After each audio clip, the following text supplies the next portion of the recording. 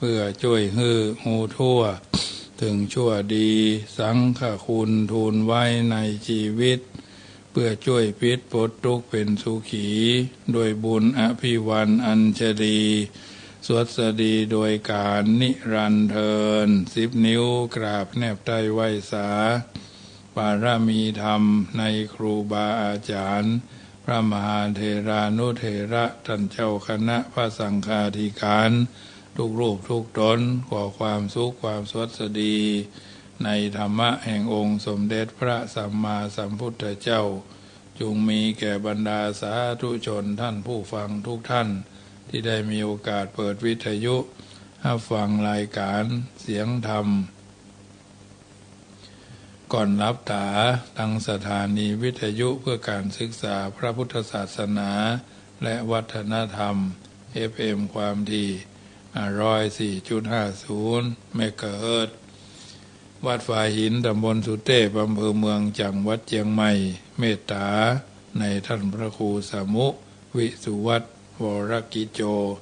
ท่านเจ้าอาวาสท่านผู้อำนวยการวิทยุแห่งนั้นถวายเวลาเพื่ออัตมาภาพพระมหาประสิทธธรรมาภินันโทวัดจังคำตำบลมะกอกอำเภอป่าสังจังหวัดลำพูนเผยแผ่ธรรมในนามของคณะสงฆ์หน่วยอบรมประชาชนประจำตำบลมะกอกหน่วยเผยแผ่ศีลธรรมของกรมการศาสนากระทรวงวัฒนธรรมเบอร์โทรศัพท์061-547-6539 061-547-6539น้อมนำเอาถ้าทำคำสอนในทางพระพุทธศาสนามาอุเอิญเจริญปรมาเป็นปฏิพรตอบบุญแทนคุณเข้าน้ำสถานนาบุญที่มาร่วมทำบุญกันก็ดีอยู่ทางบ้านฟังรายการกันเป็นประจำก็ตามมีโอกาสก็ได้มากินมาทานทำบุญสร้างบารมีวัดนั้นวัดนี้สำนักสงฆ์ที่หั่นที่นี่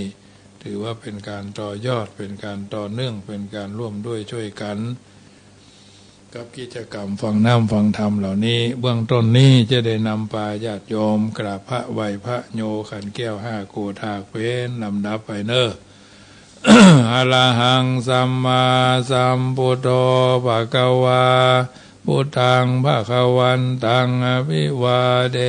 มิกราบสวากาโตภะคะวะตาธัมโมธัมมังนัมมัสสามิกราบสุปฏิปันโนภะคะวะโตสาวกสังโฆสังฆังนะมามิกราบมาตาปิตุคุณังอหังวันตามิกราบคุณูปการีวันตามิกราบพระพุทธกราบพระธรรมกราบพระสงฆ์กราบระลึกถึงคุณพ่อคุณแม่กราบระลึกถึงคุณของครูบาอาจารย์ต่อไปก็โยขันแก้ว5 โกฏากเนอโยสันเนเสโนวราโพธิโมเรมารังสะเสนังมหันติงวิจัยโยสามโพธิมากันจิงอนันตัญญโนโลกุตตโมตังปะนามามิพุตังอาตังกิโกอริยปัตโตจะนานังโมคขปเวสายาอุจุกามะโกอายังสันติกโรตุทัสโสนโยปะนิยานิโกตังปะนามามิธัมมังสังโฆวิสุทโธวรตคินโยสันตินทริโย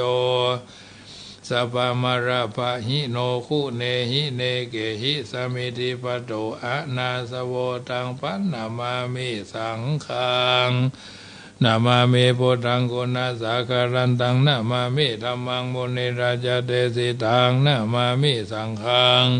มุนิราชสาวกังนามามิกัมมตานังนิพพานาติกัมมุปายังนามามิกัมมตานาตายกาจาริยังนิพพานามะกุเทสกังอัจจโยโน พันเตอจักมายะถาภรังยะถามูระหังยะถาอากุสลังเยมายังพุทธธรรมสังฆกัมมตานาตายกาจาริยสังฆเตสุทิรัตเนสุอาทิเทวะปัจจุปเนวะอวิวายะทิวาระโหวากายเนวะ วาจายาวามานาสาวาปะมาตังวากาลวังวากาสิมาทิสวายธาธรรมังปฏิกโรมาเตสานโนบันเตพุทธาติรัตนาตยังอนุกัมปังอุปาทายะอจยังอจยโตปฏิฆานันโตคามันโตสัพพังโตสังอายติงสังวริสามานาปุเนวังปฏิกาลิสามาพุทธปูจามาเตจาธรรมปูจามหาปัญญาสังฆปูจามาลาภาปูจาระเหปูจายะโตพุทเทจติวาสาวะเกสาวะเกปะปัญญาสมาธิกันเตติเนโสกะปาริเทเวเตตาทิเสปูจายะโตนิพุทเทอกุโตภเยนะสักกะปุญญาสังฆตุงอิเมตะมาปิเกนะจิอิมินาอากิตุปาภูภาราชาปูจากาลวะกัมเมนะเมตายะพุทธสาทัสสะนัสสะพุทธสาทัสสะนันจรภามหาเสยาวานุปัจจโตพุทโธเมตโยเทวปูจิโตสังสาเลสังสารันโตปิอภเยนะข้ามามหาเสนิพานาปัจจโยโหตุโนนิจจังต่อไปก็สวดมนต์นะโมตัสสะภะคะวะโตอะระหะโตสัมมาสัมพุทธัสสะนะโมตัสสะภะคะวะโตอะระหะโตสัมมาสัมพุทธัสสะนะโมตัสสะภะคะวะโตอะระหะโตสัมมาสัมพุทธัสสะพุทธังสรณังกัจฉามิธัมมังสรณังกัจฉามิสังฆังสรณังกัจฉามิทุติยัมปิพุทธังสรณังกัจฉามิทุติยัมปิธัมมังสรณังกัจฉามิทุติยัมปิสังฆังสรณังกัจฉามิสรณะกัมมานังพุทโธสัพพัญญูตญาโนธัมโมโลกุตตโรนาวาสังโฆมะกะปะระโตจาอิเจตังรัตนะตยังเอตัสสานุภาเวนะสัพพะอันตรายโยวินาสันตุโน ติปิโสภะคะวะอะระหังสัมมาสัมพุทโธวิชาจารณะสัมปันโนสุขโตโรกาวิโตอนุตตโลปุริสธรรมสารติสัทธาเทวมนุสสานังพุทโธภะคะวะติสวากขาโตภะคะวะตาธัมโมสันทิฏฐิโกอากาลิโกเอหิปัสสิโกโอปนายิโกปัจจตังเวทิตาโพวินยูหิติสุปฏิปันโนภะคะวะโตสาวกสังโฆอุจุ ปฏิปันโนภะคะวะโตสาวกสังโฆยายะปฏิปันโนภะคะวะโตสาวกสังโฆยะติทังยะตาริปุริสายุกานิอัตถาปุริสาภุคลาเอสะภะคะวะโตสาวกสังโฆอาหุนายโยปะหุนายโยตักขินายโยอัญชลีกรณิโยอนุตรังปุญญเกตังโลกัสสติสวดธรรมนิยามยะถาปิเสลาวิปุราณพังอาหาจาปปัตตาสมันตาอนุปริยยุงนิโปเทนตาจตุติสาเอวังชะลาจามาจุจาอธิวัตันติปานิโนขติเยพระมเนเวเสสุเทจันดาระภูกุเสนากินจิปริวัชเชติสัพพะเมวาพิมันดาตินาตาตาหัตินังภูมินาราธานัง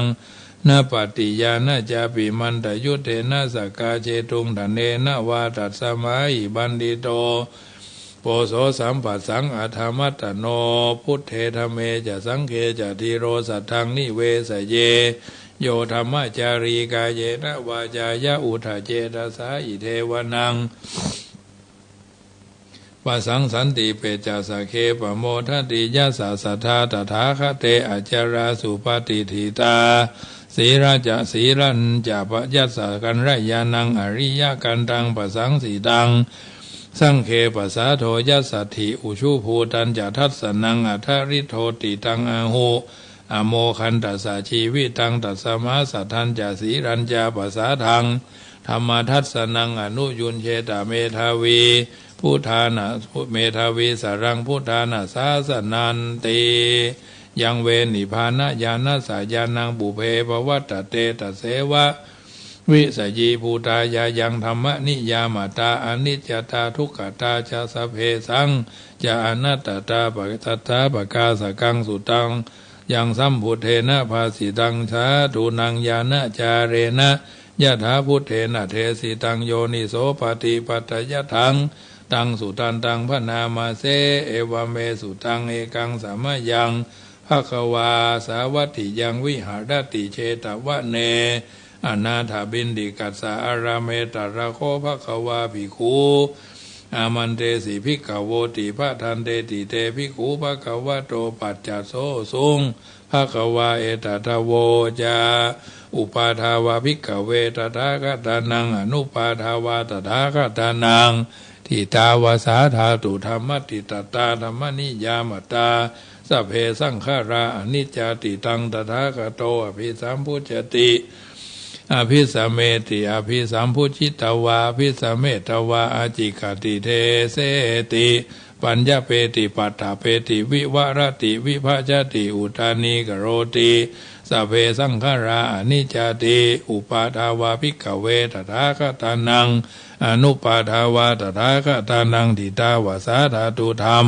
มัทิตตาธรรมนิยามตาสัพเพสังขาราทุกขาติตังตถาคโตอภิสัมพุจติอภิสัมเมติ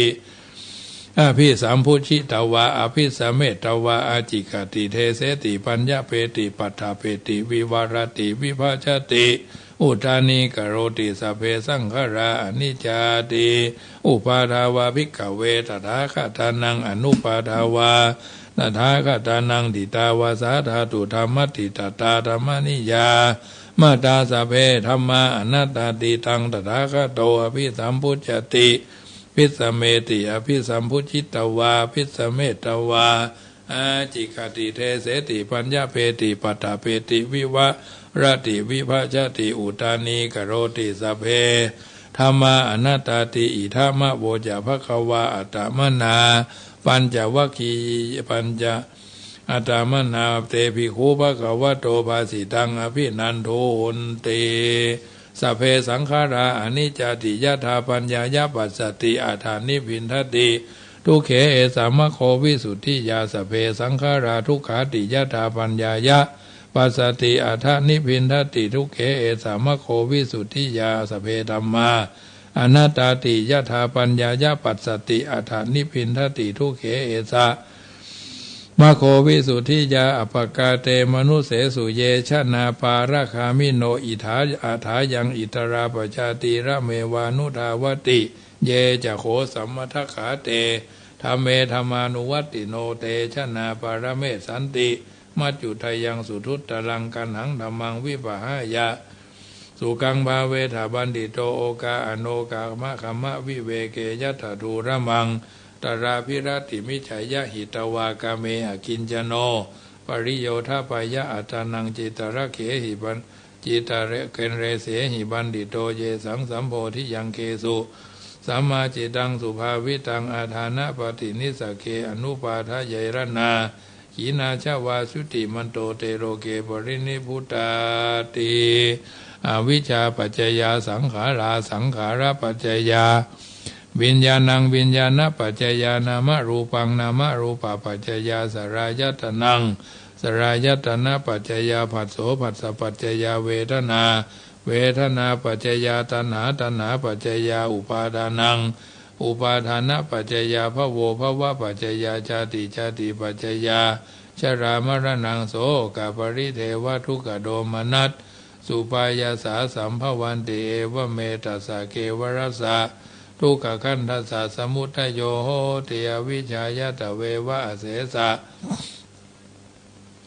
วิราคะนิโรธาสังขาระนิโรโธสังขาระนิโรธาวิญญาณนิโรโธ วิญญาณนิโรธานามรูปะนิโรโธนามรูปะนิโรธาสรายตนะนิโรโธสรายตนะนิโรธาผัสสะนิโรโธผัสสะนิโรธาเวทนานิโรโธเวทนานิโรธาตัณหานิโรโธตัณหานิโรธาอุปาทานะนิโรโธอุปาทานะนิโรธาภวะนิโรโธภวะนิโรธาชาตินิโรโธชาตินิโรธาชราชาตินิโรธาชรามรณังโสกปริเทวทุกขโดมนัสสุปายาสานิรุชันติเอวเมตัสสะเกวรัสสะทุกขขันธัสสะนิโรโธ โหติยะถาเวปาตุภวันติธรรมาตาปิโนชายะโตพระมนัสสะอาถาจะอัฏฐสะกังขาวะปยันติสภายะโตปชานาติสเหตุธรรมังยะถาเวปาตุภวันติธรรมาตาปิโนชายะโตพระมนัสสะอัฏฐสะกังขาวะปยันติสภายะโตขยังปัจเจยนังอเวทิยะถาเวปาตุภวันติธรรมาตาปิโนชายะโตพระมนัสสะวิทูปยังติทัตติมรเสนังสุโรวะโอภาสยมันตริขันติอติตังนานวาขมายานปฏิกังเขอนาคตังยะถาติตัมปะหินันตังอปนัญจาตาคตังยะปัจจุปันนัญจโยธัมมังตัทธาวิปัสสติอสังหิลังอสังกุปังตังวิตามนุพรูอเยอเจวะกิจมาตปังโกจัญญามารนังสุเวนะหิโนสังขรันเตนะมหาเสเนนะมัจจุนาเอวังวิหาริมาตาปิงอโหรัตถามตันติตังตังเวพะเทกรัตโตติสันโตอาจิกเตมุนีติติปิโสภะคะวะทานะบารมีสัมปันโนทานะอุปบารมีสัมปันโนทานะบารมาตาบารมีสัมปันโนมหาชัยยะภาคโลวาราเมนะโทวัตโสธัมมาการยานาทีวิปัสสนาคาโตโสภะคะวะอิติปิโสภะคะวะศีลบารมีสัมปันโนศีลอุปบารมีสัมปันโนศีลบารมัตถบารมีสัมปันโนมหาชัยยะภาคโรวาราเมนะโตวัตโสธัมมาการยานาติวิปัสสนาคาโตโสภะคะวะอิติปิโสภะคะวะเนคขมมะบารมีสัมปันโนเนคขมมะอุปบารมีสัมปันโนเนคขมมะบาลมาตาบารมีสัมปันโนมหาชัยยะภาคโลวาลาเมนะโตวัตโสธัมมาการระยานาทีวิปัสสนาคาโตโสภะคะวะอิติปิโสภะคะวะปัญญาบารมี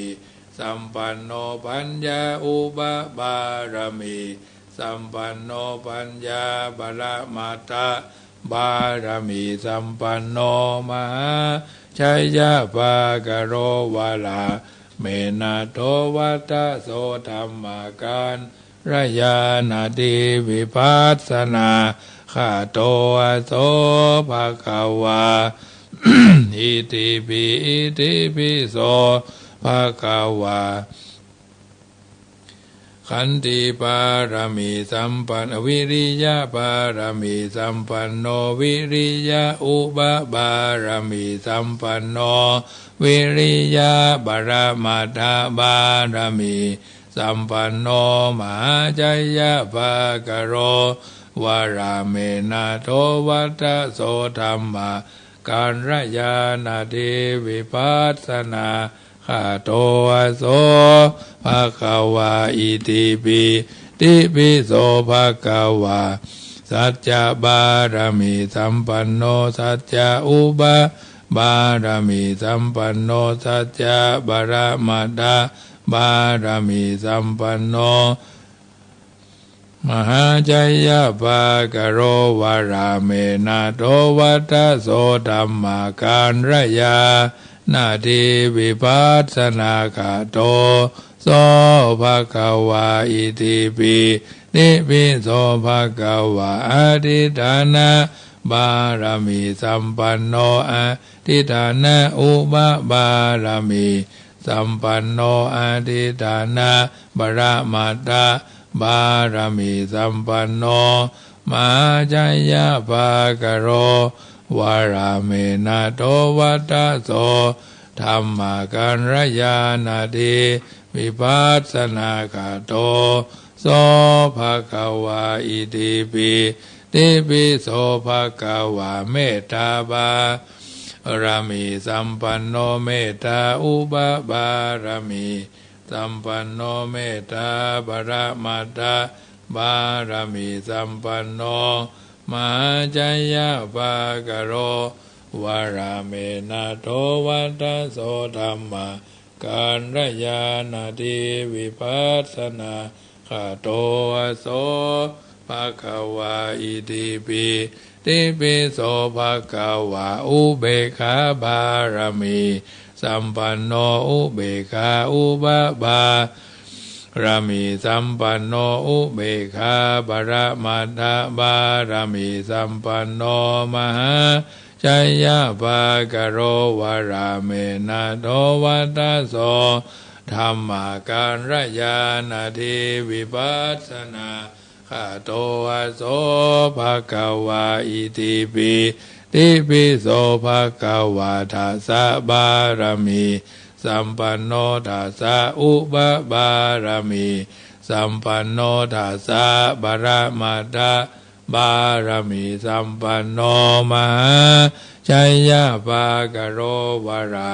เมนะโทวัตโสธรรมาการรยานาทีวิปัสสนาขะโตโสภะคะวะอิติปิติปิโสภะคะวะพุทโธอนันตติขุโนวัตโสภะคะวะอิติปิสวาธุสวาธุพระปัญญาปาระมี30ทัศสวาธุพระปัญญาปาระมีวัดแวดล้อมวิริยะปาระมีอ้อมระวังดีศีลปาระมีบังหอกบังดาบเมตตาปาระมีภาพแม้ทางปืนตานะปาระมีฮือเป็นปืนดังต่ออุเบกขาปาระมีฮือก่อเป็นเวียงสัจจะปาระมีแวดระวังดีเป็นไม้ไต้คันตีปาระมีกลายเป็นหอกเป็นดาบบังหน้าไม้และผืนไฟที่ฐานะปาระมีพันดาบไปทุกแห่งแข็งแข็งแง่งแง่งป่าฝูงหมู่มารผีสางภายเพศทุกตะวิภพที่บ้างไปหนีนางธรณีอัศจรรย์โสสะเหมือนฟันอยู่ข้างน้ำนาทีนองกว้างต่อกว้างแตกตีฟองละนองละนอกกลายเป็นเข้าตอกดอกไม้ถวายปูจาพระแก้วแก่นไทยสะตันพระพูดทางเฮยจงมาพายโปรดอนุญาตโทษโปรดผู้ฆ่าแท้ดีหลีแม่ธรณีออกมาหีดมวยผมอยู่ที่ท่าจ้างหายคายคะจังงาซับดินพ่นน้ำหน้าตีลงพัดผายคอจ้างพายฮักทบเท้าพยามารห้องอ่าวปูนกัวกาบยอมือขึ้นโดนหัวใส่เก้าผู้ฆ่านี่เล่าได้ชื่อว่าลูกศิษย์พระพุทธเจ้าผู้มีบุญสมปานานมากนักพระพุทธเจ้าจึงตั้งพระปัญญาปาละมีไว้เก้าชั้นตั้งไว้ตั้งหน้าก็ได้เก้าชั้นตั้งไว้ตั้งหลังก็ได้เก้าชั้นตั้งแต่หัวแผ่วตีนก็ได้เก้าชั้นตั้งแต่ตีนแผ่วหัวก็ได้เก้าชั้นแสนวาลูกปืนจักมาเสมอเหมือนฝนแสนหาก็บ่มีมาจักไกลได้ข้าพเจ้าเลยได้ชื่อว่าพุทธคุณังธรรมะคุณังสังฆคุณังพุทธอินตาธรรมะอินตาสังฆอินตาอัสสหับแม่ธรณีผู้อยู่เหนือน้ำผู้อยู่ก้ำแผ่นดินการข้าได้ระลึกเกิดเถิงหาคุณพ่อคุณแม่คุณครูบาอาจารย์คุณพระแก้วเจ้าทั้ง3ประการคือคุณพระพุทธคุณพระธรรมคุณพระสงฆ์คุณแดดคุณฝนคุณน้ำคุณลมคุณไฟคุณกุศลเจ้าก็ดีคุณนางอุตราเจ้าก็ดีคุณพระปัจเจกเจ้าก็ดีคุณพระโตนเมตตาภาวนาเจ้าก็ดีจุงมาสัมพิทักษ์รักษาคุ้มครองตั้งกำหน้าและกำหลังยังตนตัวแห่งผู้ฆ่าตั้งแต่ทีฆากาละยามนี้วันนี้ค่ำคืนนี้และต่อไปนี้จิ้มแด่เธอพุทโธพุทธังรักษาธัมโมธัมมังรักษาสังโฆสังฆังรักษาพุทโธพุทธังอรหังธัมโมธัมมังอรหังสังโฆสังฆังอรหังพุทโธพุทธังกันหะธัมโมธัมมังกันหะสังโฆสังฆังกันหะอายุวันโน สุขังพรังพุทโธอันว่าพระพุทธเจ้ามังคลาสัมพุทโธตนผ่านเผ่ามิ่งมงคลสัมพุทโธตนตรัสหูมหาผลสัพพัญญูตัญญาณอันผาเสดทีปทุตตโมตนสูงสุดล้ำเลิศกว่าสัตว์สองตีนทั้งมวลอนุตตโรหาผู้สมควรเสมอเหมือนบ่ได้พุทธมังคละมากรรมะผู้ใดได้หวานไว้พุทธมงคลสัพพะทุกขาปะมุนจะเลจะเอาตัวปล่อยพ้นเสียยังทุกยากสัพพะอุบาทกังวลธรรมโมมังคละสามพุทโธพระธรรมมงคลอันผ่องแผ้วใสกระจ่างแจ้งคำพีโลลึกแลบเลี้ยวลึกแลบยิ่งแล้วสุดหาพระมารพุทธโสคนบ่มีพญาญาณหักพรบ่มีพญาหันยากอานุงเป็นธรรมชาติอันอ่อนอ้อยสุขุมานสัมมามังคละมากรรมะคนใดได้ถึงธรรมมังคละเลิศสัพพะพญาพระมุนจะเลจะปล่อยพ้นบังเกิดในตัวในตนเป็นมหาผลผ่องแผ้วสังโฆมังคละสามพุทโธพระสงฆ์อันเลิศแล้วมิ่งมงคลทักขีนายโยเป็นนาบุญตนวิเศษทักขีนาเขตมหาศาลอนุตตโลสูงสุดหาพระมารบ่ได้สุสังฆมาสังฆมังคละมากรรมะบุคคลใดได้ไหวและปูจาสัพพโรกาพระมุนจะเลจะปล่อยพ้นโลกาอันใหญ่ลึกเว้นไรหมู่เวลาขอเจิญพระติไตรรัตนะดวงสามดวงพาเสดสามดวงนี้มาพกห่มเก้าตั้งสมานะสัทธาและมูราสัทธาคือเปิกปล่อยพ้นเสียยังอุบาทสภาพญาติกังวลจำเริญตนจำเริญใจนั่นจุงจักมีเตี้ยงแท้ดีลีแดดเตอเอาละญาติโยมทั้งหลายภายแผ่ใจบุญเป็นธรรมสวนานิสงส์ถึงครูบาอาจารย์ท่านเจ้าและญาติกาญาติธรรมทั้งหลายให้อยู่สุขสบายไปจุคนจุท่านจุใหญ่น้อยใจยิงอย่าได้กราดอย่าได้การับเป็นตื่นรับเป็นสุขตื่นเป็นสุขรับได้เงินหมื่นตื่นได้เงินแสนสองแขนได้เงินล้านพอให้พอดีก็ปันขีนปันตานไปทางหน้าจุเมื่อเจ้าวันจุใหญ่น้อยใจยิงนั่นจุงจักมีเที่ยงแท้ดีหลีสวัสดีถึงพี่ถึงน้องท่านที่เกี่ยวข้องเพื่อนพ้องทั้งหลายอังการวันนี้ค่ำนี้ขอขยายเพื่อสาธยายเป็นสายเป็นถ้อยเขียนก็ดีกล่าวก็ดีอู้ก็ดีร้อยกรองข้าวซ้อยขอเชิญฟังกอยแต่เก้าชีวิตคนเฮาเวียนวนแต่เล่ามีวัยล่วงเข้า30 40 50 60 70 80 9 ปี90ก็ดี100ปลายก็ดีบางคนผิวพรรณหม่นหมองลูกหลานประคับประคองขึ้นกองร่องบ้านบางคนนั่นนะอู้จ๋าปากต้านลูกหลานลำคาญหนีละจมแซมซ้ำถึงวันลำพันสัปะไผปะเล่าอู้โวยวายพ่องก็เชื่องช้าอู้กะตางตายคาบเข้าแรงงายบ่อนายจมซ้ำแก่ไปทุกทีบ่มีไผ่ห้ามอายุอานามแก่แล้วเมื่อถึงวัยทองเฮาต้องเพลิดเพลินจำใจพองแผ้วทำใจพองแผ้วงามดีเข้าหาพุทธธรรมะสังฆะเลิกละคัดสีสิ่งที่อัปรีหื้อหนีอย่าไกลฮักลูกห่วงหลานวงวานเหนือใต้อู้จากำใดม่วนเพราะบอกว่าไผมีใจสงเคราะห์ลอดสอดเสาะเล่งสร้างต่างบุญผ่านโลกมานักช่วยจักอุดหนุนมีใจการุณ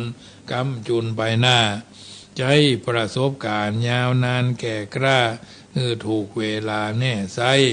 พักผ่อนร่างกายผ่อนคลายเอาไว้อย่าหื้อเมื่อยไข้โรยราถึงวันค่ำเจ้าอย่าเศร้าโศกาจักจวนกันมาอู้จ่าปากต้านพบปะสังสรรค์ปะกันตามบ้านมีการมีงานม่วนนักออกกำลังกายยกแข้งซ้ายย้ายแข้งขวามันคึกคักตามหลักถูกต้องอนามัยเพื่อแก่จ้า ยืดอายุไขหมอเปิ้นวิจัยเอาไว้อย่างอี้หา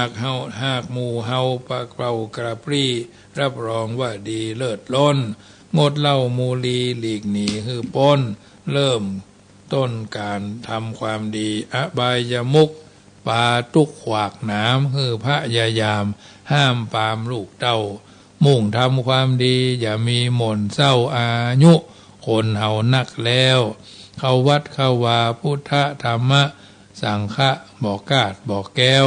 ก็ถึงแต่แก้วสามดวงไตรรัตนะองค์พระตังสามนักบวชชีพราหมณ์อย่าหมิ่นเล่นปรับปรุงแก้ไขเดินไปตามเส้นเชื่อในกรรมเวรเข่งครัดในโลกสงสารสังขารผูกมัดจำกัดขีดขั้นแนวต่างกำหนดชีวิตหมดสิทธิ์ขัดขวางเฮาต้องปล่อยวางคางก็บ่ได้ความเท่าชะแลความแก่ชรามันมาใกล้ๆจะลบต่างใดก็บ่ปนเมื่อถึงวัยทอนเฮาต้องค่อยค้นหาต่างเริ่มต้นดีอายุนักแล้วควรฮักในศักดิ์ศรีผู้จ่าปาทีเป็นที่เชื่อได้ลูกหลานนับถือนะยกมือยอไหวจะไปทางใดสมคิดขอน้อมเชิญชวนหมู่มวลญาติมิตรทั่วทิศที่เข้าวัยทองจงร่วมกันไว้จะได้มนมองประคับประคองปองดองร่วมสร้างอุดหนุนกันไปเพื่อสมฝ่ายอ้างเกิดหาแนวต่างช่วยกรรมร่วมกันช่วยเหลือเหมือนเหือรอยน้ำมีงานเหนือใต้ช่วยกันทอจำพายไปเจิญพี่เจิญน้องพี่น้องใกล้ไก่มีการงานใดร่วมใจเตรียมตุ้ม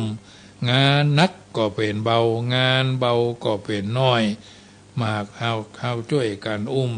อยู่เป็นหมู่เป็นจุมเรียบร้อยขอเชิญเทวาติสาใหญ่น้อยติดตามไฟห้อยคุ้มครองมีลาภะโภคะเข้าของมีทรัพย์สินเงินทองเนืองนองทั่วหน้าอายุยืนชดชื่นแก่งกล้ากำลังวังชาคึกคักจะไปทางใดไฟไผ่ก็ฮักประจักษ์ตัวหน้าลานนา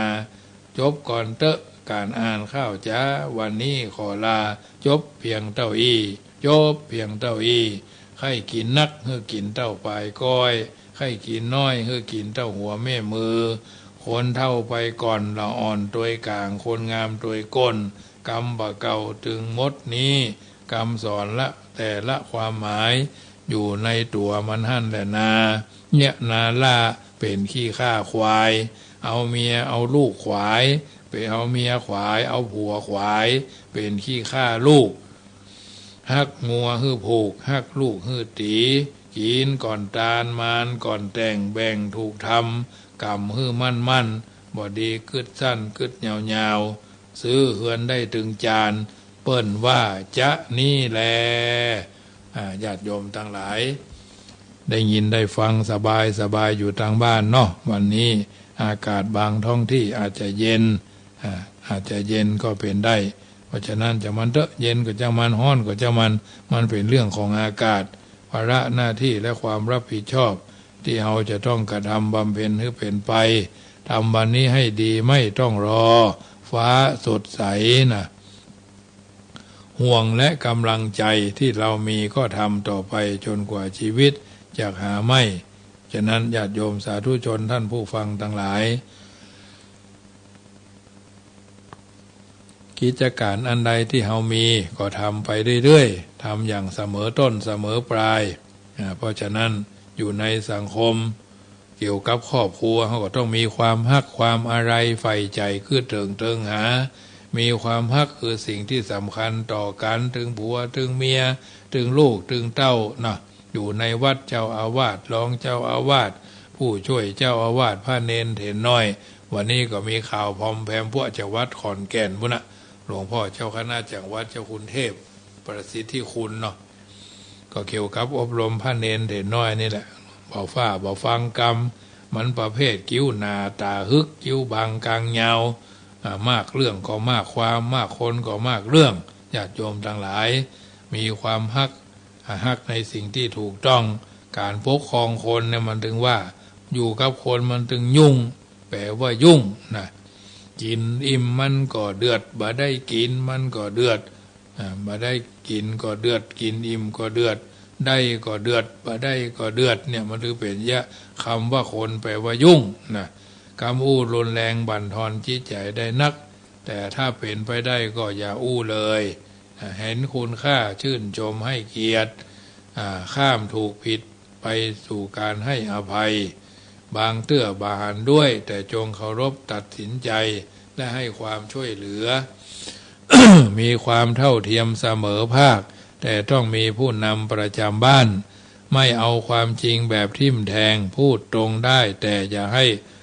ให้รักษาน้ำใจหน่อยใช่ว่าเราจะมีกันแค่นี้เพราะมนุษย์ทุกคนก็คือครอบครัวของเราเรียบง่ายแต่ทรงคุณค่ามีน้อยแต่ประโยชน์มากมีช่วงเวลาจริงจังกับแบบสนุกมีช่วงเวลาสนุกแบบจริงจังไม่ต้องถึงขั้นเสียชีพอย่าเสียสัตว์แต่อย่าให้เสียถึงขนาดโกหกจนเป็นเรื่องปกตินะบ่ควรมีโทรทัศน์ไว้ห้องนอนแต่ควรมีไว้ในห้องรับแขกเปิดพื้นที่ให้ทุกคนมีโลกส่วนตัวปลูกต้นไม้ไว้บนบ้านก็ดีนะ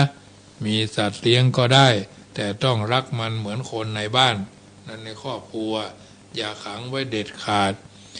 ทำกับข้าวอาหารไว้กินพ่องแม้งานจะยุ่งนักก็ตามทีแบ่งเวลาไปหาฉันบ้างในบนหวายนะแบ่งมาหารายการเสียงธรรมก่อนหลับตาเสียบ้างนะอันนี้ว่าไปเพื่อพิจารณาเนอะแบ่งเวลามาหารายการเสียงธรรมก่อนหลับตาเสียบ้างนะท่านเอ๋ยหาเวลาไปเที่ยวกันบ้างแม้ขี้เกียจเดินทางก็ตามทีบ้านรกเพราะสะสมเยอะอะไรไม่ค่อยใช้ก็เอาไปให้เพื่อนบ้านเสียมั่งอย่าเป็นผู้ดีแต่ขี้จินะขี้จิมันถึงบดีไม่จำเป็นต้องคิดเหมือนกันทุกเรื่องช่วยกันฟังเพลงช่วยชักชวนกันฟังเพลงชมงานศิลปะมองท้องฟ้าดาวเดือนลดกิเลสของตนของคนในบ้านด้วยการเจริญสติปลูกฝังทัศนคติแห่งความเมตตาดีที่สุดไม่ใช่ดีที่สุดไม่ใช่ดีที่สุดขนาดขาดบ้างเกิดบ้างครบบ้างนั่นแหละดีที่สุดบางครั้งบอกฮักแต่ทุกครั้งต้องแสดงความฮักเวลาเหนื่อยอย่าคุยกันเยอะรอให้เขาหายเหนื่อยค่อยคุยกันลดขยะทำให้ห้องสะอาดช่วยแม่บ้านได้เยอะเนี่ยญาติโยมทั้งหลายเนี่ยครอบครัวเขาก็จะเป็นอย่างเงี้ยเขาอยู่ในสังคมหรอข้อคิดที่ควรฝึกตนเองให้รู้จักความสุขกับสิ่งเล็กๆน้อยๆเพิ่นว่าไว้จะใดการมีความสุขบ่ควรจะเป็นเรื่องใหญ่แต่ควรจะเป็นเรื่องเล็กๆที่ทำได้ง่ายๆผู้คนจำนวนนักเฝ้ารอเวลาที่จะปะความสุขผ่านกิจกรรมแสนพิเศษผ่านความสำเร็จที่ยิ่งใหญ่ผ่านคำยกย่องเชิดชูและคำสรรเสริญยอมรับจากผู้อื่นแต่ซึ่งสิ่งทั้งหลายเหล่านี้บ่ได้ขึ้นกับเฮาเพียงผู้เดียวถ้าว่าดูแล้วคล้ายกับว่าเราต้องขอความเห็นชอบจากผู้อื่นจึงสามารถมีความสุขได้แล้วทำไมเราจึงไม่เสริมสร้างลักษณะนิสัยที่จะมีความสุขได้กับเรื่องเล็กๆมุมมองของความสุขส่วนเรื่องที่สำคัญยิ่งหากคิดว่าความสุขเป็นเรื่องของยากหายากมันก็จะยากไปตลอดหากคิดว่าความสุขเป็นของหาง่ายมันก็ง่ายการหาความสุขแบบง่ายๆจึงเป็นเรื่องง่ายๆที่ทำได้ไม่ยากยิ่งทุกวันนี้ท่านยังมีความสุขอยู่กับการยืนการเดินการนั่งการนอนอยู่หรือไม่ท่านลืมไปแล้วว่าการเดินได้ด้วยตนเองโดยไม่ต้องนั่งอยู่บนรถเข็นมีค่ามากแค่ไหนเสียงเพลงดังท่านยังได้ยินท่านเคยทราบซึ้งกับสิ่งนี้บ้างไหม ท่านยังมองเห็นโลกเห็นดอกไม้เห็นท้องฟ้าเห็นดวงดาวเห็นดวงจันทร์กว้างใหญ่ดวงเบิ่มเทิ่มเนาะท่านคิดหรือไม่ว่าสิ่งเหล่านี้คือความสุขความรักอันจริงอันคือสิ่งที่ต้องฮือไปไม่ใช่ต้องร้องขอจึงเป็นเหตุที่มาแห่งความสุขสุขคือการฮือสุขคือการแบ่งปันเนาะท่านจะฮักและหวังดีกับใครก็ตามแต่เปื่อนเมินเปื่อนบ่เมินเนาะก็ได้แต่บ่มีความผิดใดๆเลยเพราะความฮักคือความเมตตาอุ้มชูโลกไว้แห่งบทบาทหนึ่งตูเจ้าก็ฮักศรัทธาศรัทธาก็ฮักตูเจ้าก็ฮักพระฮักเนนพระเนนก็ฮักตูเจ้าอย่าไผ่จักไผ่จังก็จะมาเตอะว่าเงาก็จังเตอะว่าเสอะก็จังเขาศีลธรรมกรรมฐานของเฮาบ่ไหววันเซิงบ่เซิงบ่เนิงเปิ่นมีจะไปขอยเปิ่นนับสตางค์จะไปใกล้เปิ่นอู้เรื่องส่วนตัวจะไปใกล้เปิ่นกินของลำจะไปพอหน้ามันถึงบ่ได้สักลายญาติโยมเพราะฉะนั้นลองปลูกต้นไม้ดูบ้างจะได้ไหมไม่ใช่ปลูกเพื่อให้บ้านเรือนของท่านสวยงามแต่ปลูกไว้ในโลกใบนี้น่าอยู่น่าอาศัยปลูกให้นกได้อาศัยได้จิกกินแมลงให้สัตว์น้อยใหญ่ได้พึ่งพิงท่านย่อมมีรอยยิ้มเมื่อเห็นผู้อื่นมีชีวิตที่ดีงามหากเพื่อนรักของท่านประสบความสำเร็จขอให้ท่านจงยินดีกับเขาจะมากจะน้อยก็แล้วแต่แม้เขาไม่เชิญก็ควรจะไปแสดงความยินดีเพื่อนเดียวเสียวฮักเพื่อนดีมีน้อยเพื่อนที่ดีมีหนึ่งถึงจะน้อยดีกว่าร้อยเพื่อนคิดริษยาน้ำน้อยๆอยู่ในแก้วให้เราได้ดื่มกินดีกว่าน้ำเค็มเต็มทะเลนี่คือความสำเร็จของแต่ละท่านที่หันประโยชน์จากสิ่งเล็กๆน้อยๆเอาต้องนับหนึ่งไปถึง100 10มาจาก1 100มาจาก10 1,000มาจาก100 10,000แสนมาจาก10,000มาจาก1,000แสนมาจาก10,000ล้านมาจากแสนจริงหรือไม่ท่านผู้ฟังเราก็สามารถชื่นชมกันและกันได้หันไผ่ทำดีส่งเสริมสนับสนุนโอ้ดีลูกเอ๋ยโอ้ดีท่านเอ๋ยนะที่แม่มาทานที่ท่านมาหาที่ท่านพระครูว่าจะไปต่อที่ท่านมาหาท่านพระครูตัวนั้นโอ้ดีแม่พากินไปทานมาทางเพศก็แวะเวียนกันหลายตูบหลายตนทำบุญหลายตนหลายองค์ก็ดีจะได้ช่วยเหลืออันนี้บ่ใช่อันยังล่ำเรือกับท่านมหากับท่านพระครูกับท่านครูบามานี่ก็ไปปุ้นก็มานี่ไม่ยังปล่ำปเรือฮะอย่าเป็นว่ากักเป็นว่าเกิงเป็นว่าเกิดเป็นว่าบังอย่างนี้ขี้จิตานีหันแก่ตัวเนาะหันแก่ตัวเยอะแยะมากมายพระเจ้าพระสงฆ์บางรูปสมัยนี้นะเพราะฉะนั้นญาติโยมสาธุชนหันเพื่อนดีก็บ่ต้องไปไข่ได้หันเพื่อนเยอะยากไล่ก็บ่ต้องไปดูถูกดูแคลนมันถึงได้แข่งเรือแข่งพาย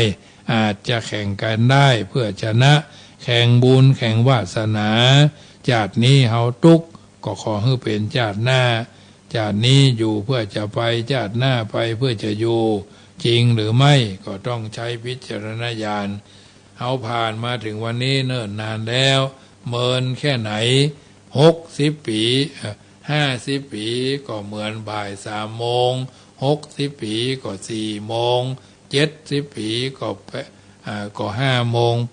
80 ปีก็6 โมง90 ปีก็ทุ่ม2 ทุ่ม3 ทุ่มไปตามลำดับเอาจะถึงก็บ่ถึงก็จ้างมัน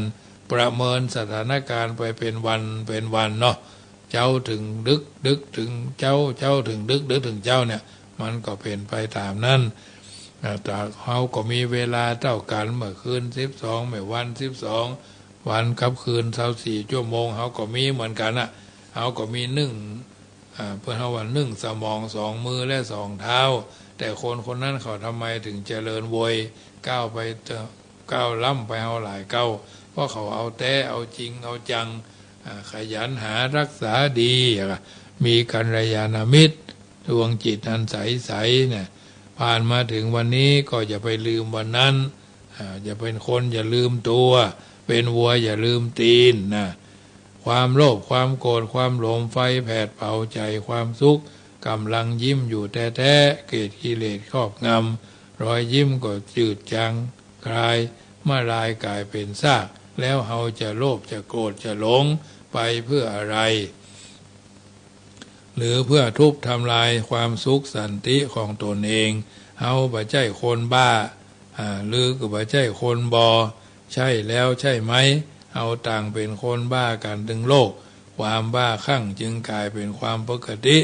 ส่วนความปกติกลับกลายเป็นความแปลกประหลาดสุขทุกข์เป็นของคู่กันสม่ำเสมอมาท่านกำลังอ่านบทความนี้อยู่ฟังบทความนี้อยู่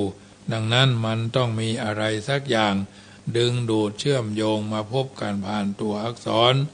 ก็จะทำให้เขามีความสุขเพื่อนรักของท่านท่านได้โปรดจงมีความสุขโปรดให้ท่านทั้งหลายเหล่านั้นอยู่สุขสบายกันเตี่ยงเต้าวันนี้รายการเสียงธรรมก่อนรับตาอ้วนเจริญพรมาถึงช่วงสุดท้ายความศรัทธาปัญญาและความหวังจิตที่ดีงามนำมาซึ่งความสุขท่านจงมีชีวิตที่ดีงามแล้วสันติสุขก็จะเกิดกับตัวกับตนเอาท่านทุกคนทุกท่านคิดสูงให้ถึงดวงดาวสองเท้าให้ติดดินทำวันนี้ให้ดีไม่ต้องรอฟ้าสดใสห่วงและกำลังใจก็จะเกิดกับตัวกับตนเขาเป็นประจำช่วงนี้นางอำเภอป่าซางก็มีการเข้ากรรมลูกขมูลกรรมโสสานกรรมบางวัดก็เข้ากรรมกันที่ป่าจ้าบางวัดก็เฝ้ากันที่พื้นต้นไม้ลูกขมูลกรรมเนาะเพื่อจะได้หาปัจจัยมาก่อสร้างห้างแผงศาลาที่พักป่าจ้าหรือมณฑลพิธีที่หั่นที่นี่ตามวัดตามวาที่จะพึงกระทำบำเพ็ญให้เป็นไป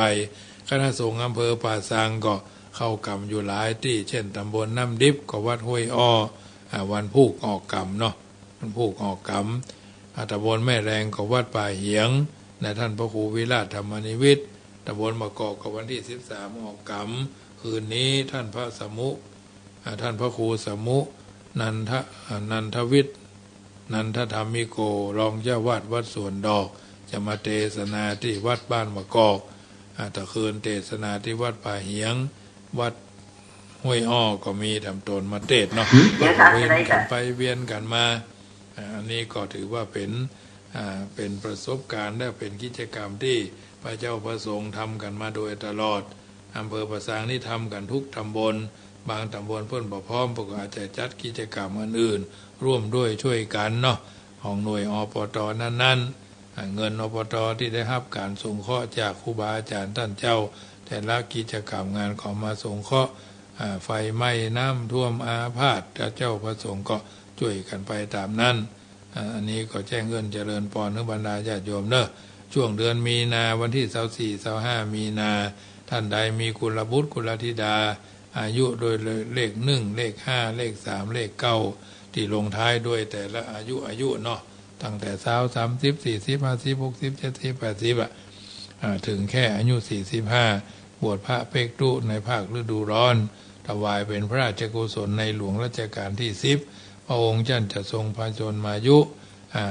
12/6เป็น7 รอบ12/6เป็น72นักสัตว์เนาะของพระคุณพระองค์ท่านวันที่28กรกฎาเนาะเอาในฐานะประสบนิกรชาวไทยในนามของประธานหน่วยอปตก็ขอประชาสัมพันธ์บอกว่าใครมีลูกมีหลานใครบรรพชาประสมบทอยู่ที่วัดจังกรรมในช่วงระยะหนึ่งแม้บวชยาวก็บวชระยะสั้นก็ช่วยกันประคับประคองทุเจ้าประมาณนับสมัครทุเจ้า19 ตนเนาะทุเจ้า10 ตนเน้น9 ตนถ้ามีโอกาสก็เฮียนต่อก็ได้หรือเท่าที่สบายใจบวชถือป้อบวชถวายเป็นพระราชกุศลและบวชเพื่อเป็นบุญเป็นบารมีกับตัวผู้บวชโดยวันนี้รายการเสียงธรรมก่อนรับตาก็มาถึงช่วงสุดท้ายก่อนจะรับจะนอนจะไหว้พระนบธรรมแล้วแผ่เมตตาทุกครั้งทุกคราวไปว่าก่อนท่านนอนหลับไปในคืนนี้ข อจงตั้งดวงฤดีไว้ให้มั่นนึกถึงกุศลผลความดีที่ผูกพันจิตตั้งมั่นแน่วแน่แล้วแผ่ไปแผ่เมตตาทั่วไปให้คนอื่นทั้งรักทั้งชังเกลียดกันแต่ครั้งไหนขอให้เขาได้ดีมีสุขใจอย่าหวั่นไหวแม้อมิตรที่คิดชังแล้วใจเราจักสบายคลายเร่าร้อนเพราะจิตผ่อนความเครียดแต่หนหลังอนีกาสุขีอัตตานังพ้นทุกขังก็เพราะจิตคิดดีเอ่ยจัตตารโอธรรมาว่าทันตุอายุวันโนสุขังปะลังปะกันใหม่วันพุกเมื่อคืนทุกคนทุกท่านนั่นจุงจักมีอายุวันโนสุขังปะลัง